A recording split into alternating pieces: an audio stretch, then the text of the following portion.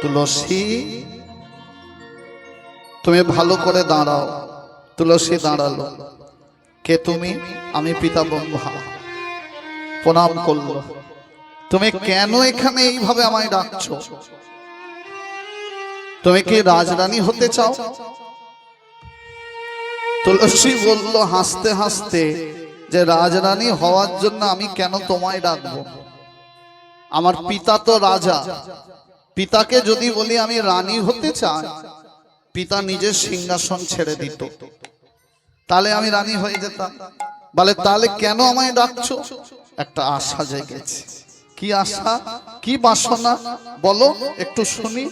আমার এই বাসনা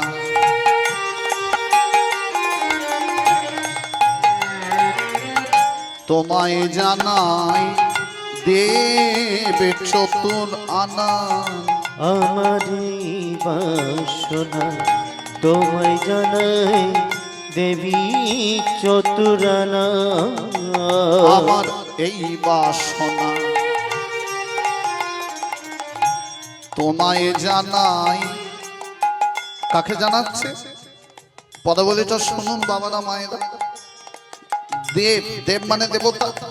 চতুর আনান, চতুর আনান মানে কি? চতু মানে কত? চার। আনান মানে মাথা। পিতা ব্রহ্মা চার মাথা। তাই বলছে আমার এই বাসনা তোমায় জানাই, দেব চতুরানা। আমার এই বাসনা তোমায় জানাই, দেবী চতুরানা। আমি প্রতিরূপে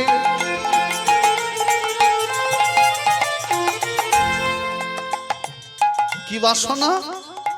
আমি প্রতিরূপে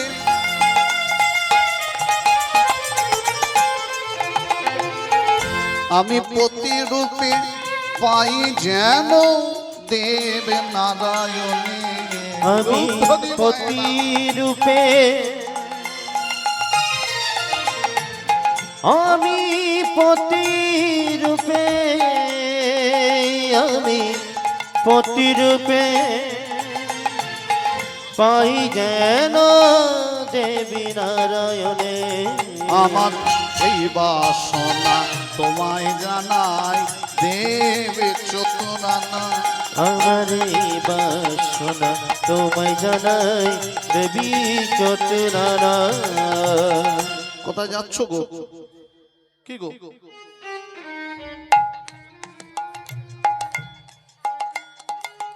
যেই তোমায় বলিনি তুমি যাও, লীলাতে বলছি। যেই বলেছে তুলসী নারায়ণকে পেতে চায়, পিতা ব্রহ্মা পালাচ্ছে। তুলসী বলছে কোথায় যাচ্ছ?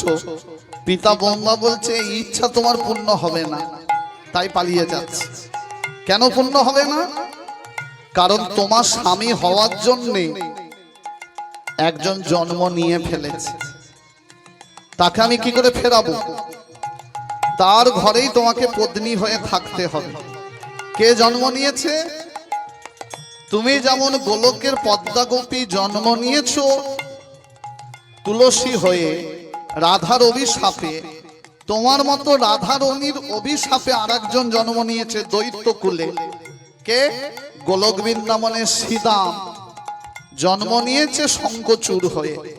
তুমি তাকেই স্বামী রূপে পাবে, নারায়ণকে নয়। তাই বলছে তুলসী ভক্তি যুত হয়ে মনে,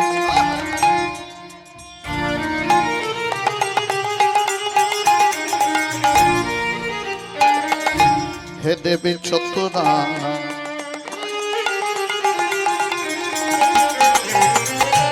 তব চরণে করি নিবেদন,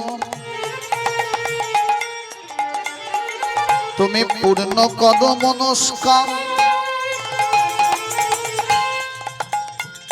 ওগো ভক্তি যুত, ভক্তি যুত, ভক্তি যুত হয়ে মনে আমি নিবেদন করিলে।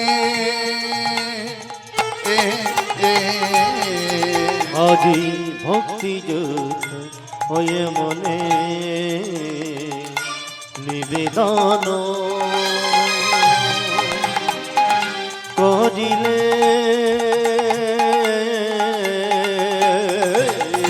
আমি প্রতিরূপে পাই যেন আমি এই প্রতিরূপে পাই যেন আমি প্রতিরূপে পাই যেন এই প্রতিরূপে পাই যেন দেবে জনার্দনে আমার এই বাসনা তোমায় জানাই দেবী চতুরানন আমার এই বাসনা তোমায় জানাই দেবী চতুরানন আমার এই বাসনা তোমায় জানাই দেবী চতুরানন